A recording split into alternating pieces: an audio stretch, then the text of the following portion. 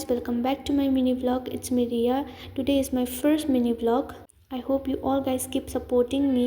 So guys, म चाहिँ 6:30 मा उठेर चाहिँ रेडी भएर चाहिँ हामी चाहिँ मेरो म्याम चाहिँ सुटको लोकेसनमा पुगिसकेको थियौँ र लोकेसनमा पुगेर चाहिँ सबै सेटअपहरू गरिसक्नु भएको थियो। सकेर चाहिँ त्यसको बादमा चाहिँ मेरो म्याम चाहिँ पछि होल्ड गरिदिरहेको थियो नि त, हावा आएर चाहिँ पुरा डिस्टर्ब हुँदै थियो नि त सुट गर्दाखेरि।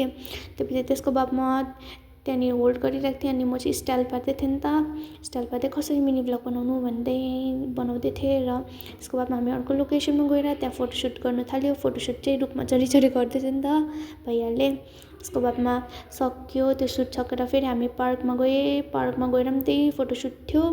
त्यो फोटोसुट सकेर चाहिँ त्यसको बादमा चाहिँ फेरि हामी अर्को लोकेसनमा जाँदै थिएँ। त्यहाँनिर अर्को क्लाइन्ट थियो नि त, अर्को क्लाइन्ट पनि मेकअपै थियो। त्यसको बादमा त्यहाँ पुगेर मेकअपहरू सबै डन भइसकेर त्यसको बादमा चाहिँ फोटोसुट हुँदै थियो नि त भइहाल्यो। सिकाउँदै कसरी पोज गर्नु भन्दै सिकाउँदै थियो। त्यो पछि फोटोसुट सकेर चाहिँ त्यसको बादमा फेरि अझै एउटा स्टुडियोमा पनि थियो मेकअप, अनि त्यही भएर हामी चाहिँ छिटो निक्लिएँ त्यहाँबाट फुल स्पिडमा। 7 बज्न आँटेको थियो। त्यसको बादमा हामी पुगेर चाहिँ मैले चाहिँ हेयर हल्का सेट गर्न थालेँ।